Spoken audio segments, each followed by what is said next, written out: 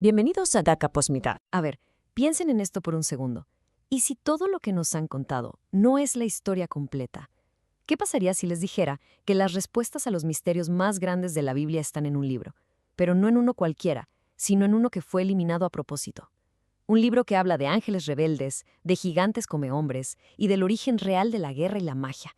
Suena a película, ¿verdad? Pues prepárense, porque vamos a entrar de lleno en esto. Hoy hablamos, por supuesto, del famoso libro de Enoc. Para los que no lo conocen, este es un texto, digamos, bastante problemático. Es lo que se conoce como un libro apócrifo. ¿Y qué significa eso? Pues que básicamente, en algún punto de la historia, un grupo de señores muy importantes se sentaron y decidieron, este libro entra en la Biblia, este no. Y el de Enoc, pues se quedó fuera. Y la gran pregunta es, ¿por qué? ¿Qué tenía este libro que lo hacía tan peligroso? Bueno, es que el libro cuenta que Enoc hablaba con Dios directamente, sin intermediarios, sin sacerdotes, sin rituales. Imagínense, eso era una amenaza directa a toda la estructura de poder que se estaba formando en la Iglesia. Si cualquiera podía hablar con Dios, ¿para qué necesitabas a los sacerdotes?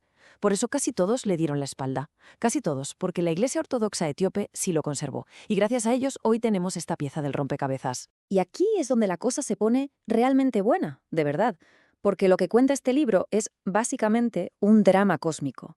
Olvídense de las historias sencillas.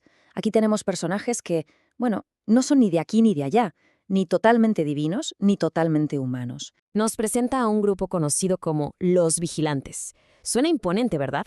Eran 200 ángeles, liderados por un tal Semjianza.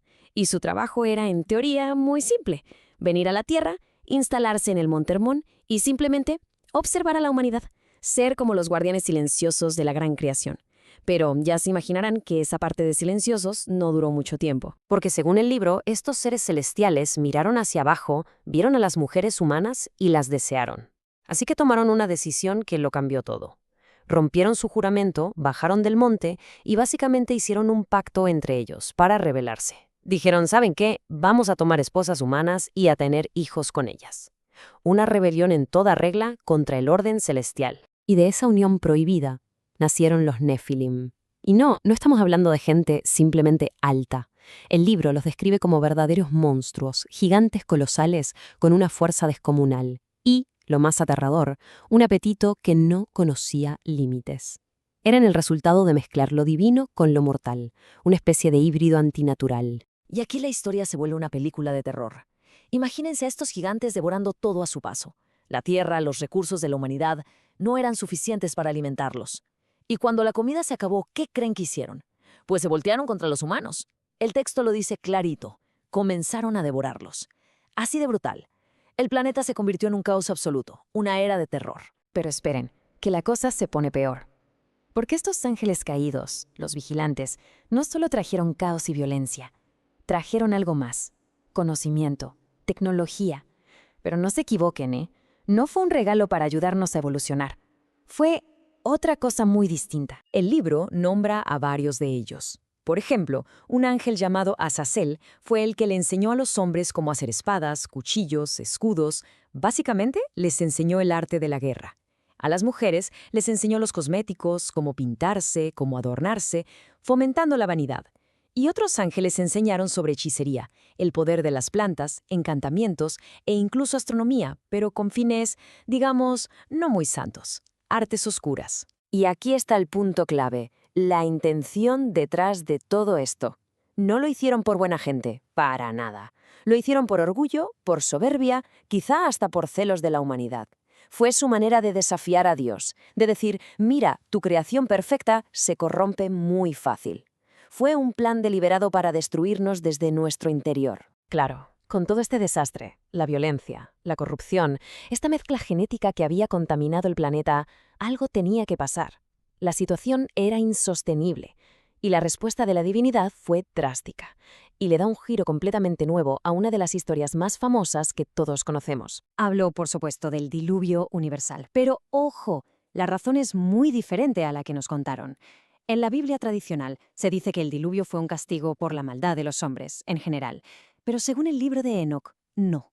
El propósito era súper específico. Fue una limpieza, un reinicio planetario para erradicar a los Nefilim. El objetivo era borrar del mapa a estos monstruos híbridos y purificar la Tierra de su contaminación. Y se preguntarán, ¿y qué pasó con los vigilantes, los que empezaron todo? Bueno, a ellos no los mató el diluvio. Su castigo fue diferente. Dios ordenó a los arcángides que los capturaran, los encadenaran de pies y manos y los arrojaran a la más profunda oscuridad, a prisiones en el centro de la tierra. Y ahí se quedarían, esperando el juicio final. Ok, hasta aquí la historia antigua. Pero ahora vamos a ponernos el sombrero del siglo XXI, porque si le quitamos todo el lenguaje místico y religioso a esta historia, ¿qué nos queda? ¿De qué estamos hablando en realidad? Aquí es donde la mente empieza a volar. A ver, analicémoslo fríamente. Tenemos a seres que bajan de los cielos, traen conocimiento y tecnología súper avanzada, hacen experimentos genéticos con la población local, o sea, con los humanos, y crean una raza híbrida. Digan ustedes, ¿eso les suena a un cuento religioso o se parece sospechosamente a un relato de contacto extraterrestre? Y no solo eso, pensemos en el propio Enoc. El libro dice que él ascendió a los cielos, lo llevaron, vio cosas increíbles, palacios de cristal, un trono de luz. Para la gente de esa época era una experiencia mística. Pero si leemos esa descripción hoy, un hombre que es llevado hacia una estructura brillante que sube hacia el cielo, ¿nos suena más a un clásico caso de abducción alienígena? Y luego está el Arca de Noé. Siempre nos hemos preguntado, ¿cómo es posible meter a 2 animales de cada especie en un barco de madera? Es logísticamente un disparate. Pero, ¿y si el arca no fuera un barco literal? ¿Y si fuera algo más tecnológico? ¿Un banco de ADN, por ejemplo? ¿Una nave que contenía el código genético para preservar la vida y resembrar el planeta después de la gran limpieza? Eso ya suena más a ciencia ficción o a una tecnología muy avanzada. Esta es la idea que lo conecta todo. ¿Fueron los vigilantes simplemente ángeles lujuriosos? ¿O fueron una raza alienígena que vino a la Tierra y empezó a hacer experimentos de hibridación con los humanos primitivos? Si lo ves desde esa perspectiva, toda la historia, la mezcla con mujeres, la creación de estos gigantes, encaja a la perfección con la idea de una intervención extraterrestre. Al final, el libro de Enoch es fascinante porque borra las líneas que creíamos tan claras. Nos hace dudar. Nos obliga a preguntarnos si las palabras que usamos, como ángel o demonio, no son más que intentos de nuestros antepasados por describir algo que no entendían. Y quizás hoy, a ese mismo fenómeno, nosotros lo llamaríamos extraterrestre. Y esa es la pregunta que nos deja este libro. Una pregunta que ha viajado miles de años para llegar hasta nosotros. Nuestra historia, la historia de la creación de la humanidad, ¿es un relato de fe o es en realidad el registro perdido de nuestro primer contacto?